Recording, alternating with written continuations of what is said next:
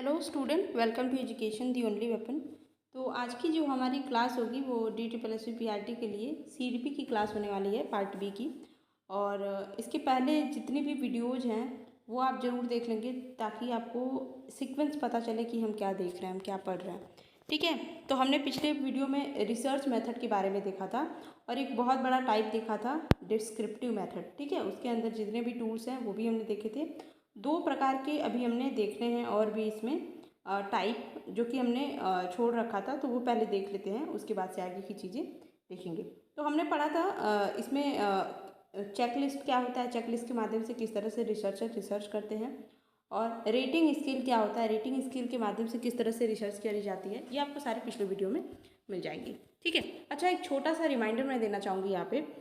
DSSP के लिए मैंने बहुत पहले जो है, आई थिंक आज से 1-2 महीने पहले मैंने स्ट्रैटेजी वीडियो शेयर करी थी। उसके अकॉर्डिंग हमने अभी तक जो है अगस्त तक जो है हमने पूरा सिलेबस कंप्लीट कर लेना था, बट अनलकीली ऐसा नहीं हो पाया क्योंकि आपको पता है टेक्निकल इशू की वजह से बीच में कुछ प्रॉब्लम हो गई थी। तो हमने CDP छोड़ के बाकी सारी चीज़ें कंप्लीट कर ली है, हिंदी, इंग्लिश, जनरल अवेयरनेस, ये सारी चीज़ें कंप्लीट कर ली है। और ये सारी वीडियोज़ आपको प्लेलिस्ट बनी हुई है चैनल पे, वहाँ पे मिल जाएंगी। और उन सभी की फ्री ऑफ कॉस्ट PDF आपको टेलीग्राम में मिल जाएगी, जो कि एजुकेशन दी ओनली वेपन जब आप सर्च करोगे टेलीग्राम में तो वो आपको वहाँ पे मिल जाएगी, आप ज्वाइन कर सकते हो, वहाँ पे PDF आपको मिल जाएगी। ओके, तो चलिए स्टार्ट करते हैं हम। तो अगला है हमारा केस स्टडी। ठीक, तो केस स्टडी क्या होता है? केस स्टडी के अंतर्गत हम किसी व्यक्ति के लिए, किसी सिचुएशन के लिए जब हम उसके बारे में बहुत गहराई से अध्ययन करते हैं, बहुत गहराई से हम उसके बारे में चीज़ों को देखते हैं, उसके हर एस्पेक्ट को पता करते हैं क्या है क्या नहीं है, हम सारी चीज़ें पॉजिटिव नेगेटिव हर तरह की जब स्टडी करते हैं उसके बारे में और एक निचोड़ निकालते हैं, तो उसको हम केस स्टडी बोलते हैं। ठीक है, केस स्टडी किसी बहुत स्पेशल केस में होती है। वैसा नहीं कि अब सारे बच्चों का आप केस स्टडी करने लगोगे, नहीं। कोई स्पेशल बच्चा, जैसे कि मान लीजिए आपकी क्लास है, आप पढ़ा रहे हैं और उसमें कोई एक बच्चा है जो हमेशा क्या होता है, बहुत शरारत करता है। तो आप सोचोगे ना ऐसा क्यों है, ये इतना शरारत क्यों करता है, सारे बच्चे बड़े नॉर्मल तरीके से पढ़ाई करते हैं, यही एक बच्चा है जो बहुत अलग है। फिर कुछ बच्चे ऐसे होते हैं जो जिनको थोड़े डिसेबल्ड होते हैं, जो या फिर उनको कोई प्रॉब्लम होती है, तो उनके लिए ये केस स्टडी जो होती है, हम किसी स्पेशल चीज़ के लिए जो है केस स्टडी करते हैं, स्पेशल केस में करते हैं। ठीक है, इसीलिए इसका नाम भी केस स्टडी है। मतलब कुछ ऐसी सिचुएशन है भाई जिसको अलग से पढ़ना पड़ेगा, डीपली पढ़ना पड़ेगा, उसके बारे में स्टडी करनी पड़ेगी। तो ये होता है केस स्टडी। तो इसके अंतर्गत हम इस तरह से रिसर्च करते हैं। ठीक, और एक्शन रिसर्च क्या होता है? अच्छा, एक्शन रिसर्च का मतलब होता है, सीधा सा मतलब, ये प्रॉब्लम सॉल्विंग मेथड है। ठीक है, अगर हम सिंपल भाषा में इसको देखें तो ये प्रॉब्लम सॉल्विंग मेथड है। प्रॉब्लम सॉल्विंग मेथड क्या होता है? मतलब हमको कोई प्रॉब्लम दिखा, हमने उसके बारे में एक मीटिंग लगाई, उसके बारे में हमने सोचा कि क्या चीज़ें ऐसा हम कर सकते हैं जैसे इसको सॉल्व कर सकें।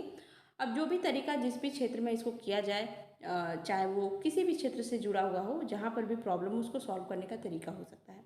बट जब हम एजुकेशन के फील्ड में बात करते हैं, ठीक है, शिक्षा के क्षेत्र में जब हम बात करते हैं, तो शिक्षा के क्षेत्र में जुड़े हुए कोई भी प्रॉब्लम को सॉल्व करने का जो तरीका होता है उसको हम बोलते हैं एक्शन रिसर्च के अंतर्गत उसको हम देखते हैं। ठीक है, जैसे पढ़ाने के तरीके को लेकर के, स्कूल के मैनेजमेंट के लेकर के, या फिर जो हमारा स्कूल का सिस्टम है, फिर स्कूल का जो आर्किटेक्चर है, किस तरह का क्या चीज़ें कैसे होनी चाहिए, उन सारी चीज़ों को हम एक्शन रिसर्च के अंतर्गत करते हैं। एक और स्पेशल बात कि एक्शन रिसर्च केवल एजुकेशन से जुड़े क्षेत्र के लिए ही प्रयोग किया जाने वाला वर्ड है। इसके अंतर्गत रिसर्चर रिसर्च करते हैं जो कि एकदम एजुकेशन के पर्सपेक्टिव में रहता है, किसी और पर्सपेक्टिव में नहीं। मतलब कि आप इंजीनियरिंग के क्षेत्र में, सिविल के क्षेत्र में इसको नहीं लगा सकते हैं। ये एक्शन रिसर्च केवल एजुकेशन के पर्सपेक्टिव में होगा।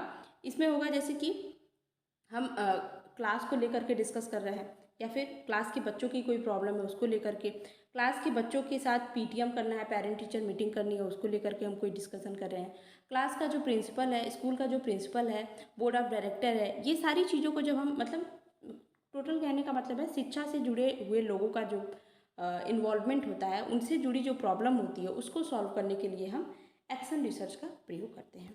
तो यहाँ तक हमने टोटल जो है डिस्क्रिप्टिव मेथड जो था हमने पूरा देख लिया है। डिस्क्रिप्टिव मेथड के सारे तरीके, उसमें क्या क्या चीज़ें होती हैं, उसके कैसे टूल्स होते हैं, वो सब हमने देख लिया है। रिसर्च मेथड का एक बहुत बड़ा जो है तरीका जो है कंप्लीट हो गया यहाँ पे। अब हम अगला तरीका देखेंगे जो कि है हमारा प्रयोग करने वाला तरीका। ठीक है, और ये सबसे ज़्यादा यूज भी होता है। जैसे कि लैब में ले जा कर के कोई साइंटिस्ट चीज़ों को क्या करता है, एक्सपेरिमेंट करता है, और उसके आधार पे किसी चीज़ों को क्या सही प्रूफ माना जाता है कि हाँ ऐसा होता है।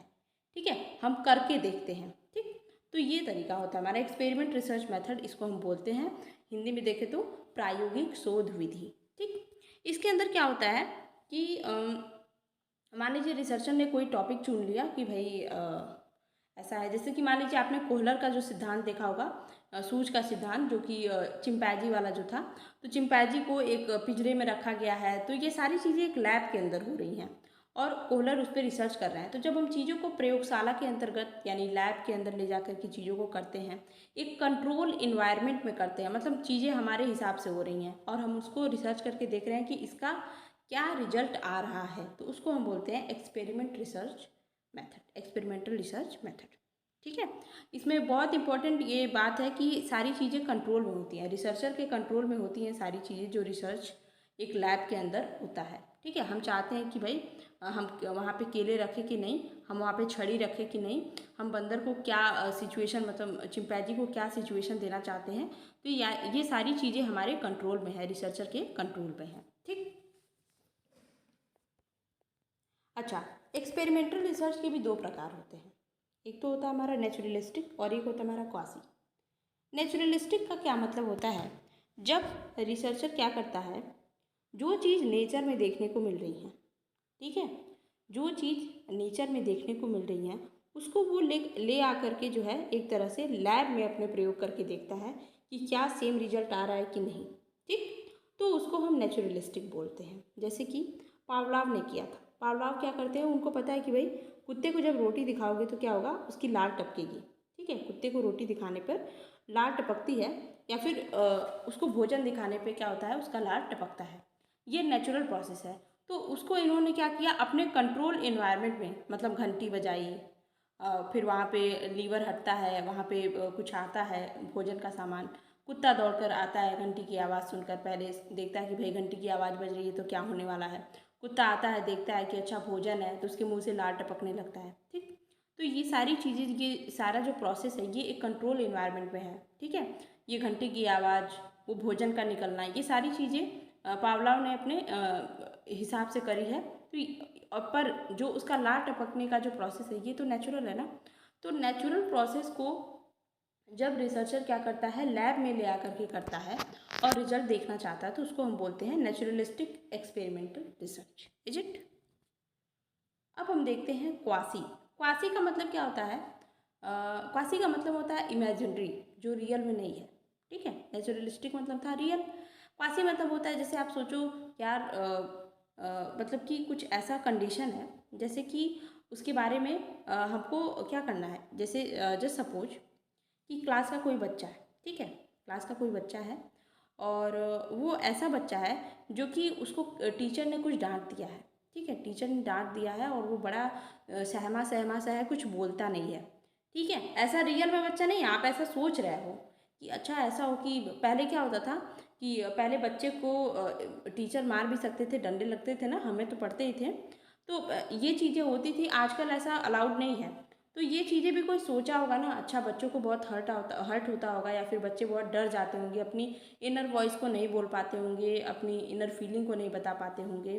तो इन सारी चीज़ों के लिए क्वासी रिसर्च काम करता है। मतलब हम एज्यूम करते हैं। ठीक है, हम किसी बच्चे को ऐसी कंडीशन दिखा सकते हैं कि देखो उसको डंडे पड़े हैं, अच्छा तुम्हारे साथ ऐसा होगा तो तुम्हें कैसा लगेगा। अब ऐसा नहीं कि हम बच्चे को ज़बरदस्ती डंडे लगा करके लैब में ला करके उसको डंडे लगा के तब पूछे कि अच्छा तुमको बताओ कैसा लग रहा है, फिर हम उसको डाटा बनाकर नोट डाउन करें और फिर रिसर्च हमारा कंप्लीट होता है। ऐसा हम नहीं कर सकते हैं। हम बस सोच सकते हैं, हम एक इमेजिनेशन कर सकते हैं, अच्छा ऐसा होने पे क्या हो सकता है।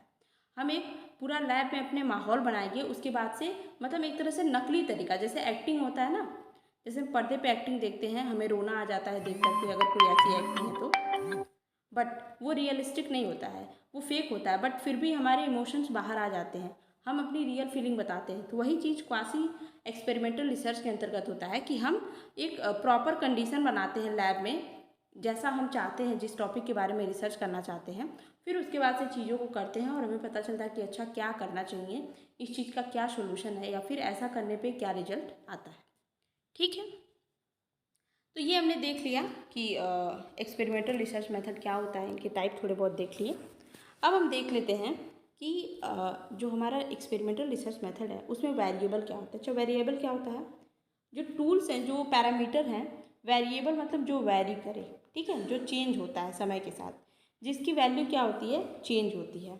तो ये दो तरह के होते हैं, एक होता है हमारा डिपेंडेंट, एक होता है हमारा इंडिपेंडेंट।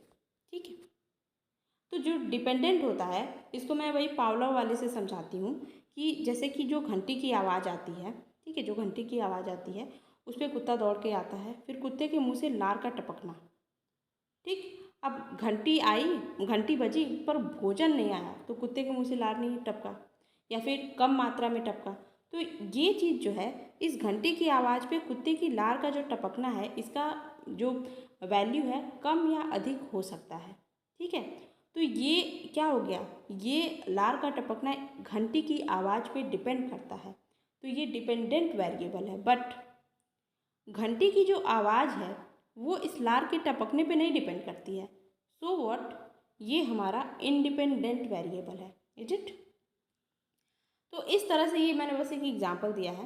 तो एक्सपेरिमेंटल रिसर्च के अंदर बहुत सारे ऐसे पैरामीटर होते हैं जो एक दूसरे के ऊपर डिपेंड करते हैं, तो जो अगले पे डिपेंड करता है तो उसको हम डिपेंडेंट वेरिएबल बोलते हैं, जो नहीं डिपेंडेंट करता है उसको हम क्या बोलते हैं, इंडिपेंडेंट वेरिएबल बोलते हैं। ठीक है, अच्छा, अगर हम देखें तो इसमें हम क्या करते हैं, हमारा जो घंटी की आवाज़ है जो कि हमारा इंडिपेंडेंट वेरिएबल है, उसको हम अपने हिसाब से कंट्रोल कर सकते हैं लैब के अंदर। ठीक है, हमारा मन किया तो हम 3 घंटी बजाने पर ही भोजन की थाली दिखाएंगे, कुत्ता देख रहा है। ठीक है, हमने 1 घंटी बजाई तो हमने भोजन नहीं दिखाया, 2 घंटी बजाई तो भोजन नहीं दिखाया, बट 3 घंटी बजाने पर हम भोजन की थाली दिखा रहे हैं कुत्ते को। ठीक है, तो ये हमारे ऊपर है। ठीक, और हम इस इंडिपेंडेंट वेरिएबल को कंट्रोल करके डिपेंडेंट वेरिएबल के अंदर होने वाले चेंज की जब स्टडी करते हैं तो इसको हम एक्सपेरिमेंटल रिसर्च की, मतलब इसके अंतर्गत इसको पढ़ते हैं, एक्सपेरिमेंटल रिसर्च के अंदर पढ़ते हैं। ठीक है, means study of change in dependent variable when you do the changing in independent variable is done in experimental research. ठीक है, आई होप आपको चीज़ें समझ में आई होंगी। ठीक है, इसके आगे की क्लास हम आगे देखेंगे, और वीडियो आपको अच्छी लगी है तो चैनल को ज़रूर सब्सक्राइब करें, वीडियो को लाइक कमेंट शेयर ज़रूर करें, और प्लीज़ वीडियो को लाइक ज़रूर किया करें। आपके व्यूज़ तो ज़्यादा होते हैं बट आप लाइक नहीं करते हैं, तो प्लीज़ मेरे लिए इतना ज़रूर करें, just because for motivation and all, ताकि मैं और अच्छे से वीडियो बना सकूँ।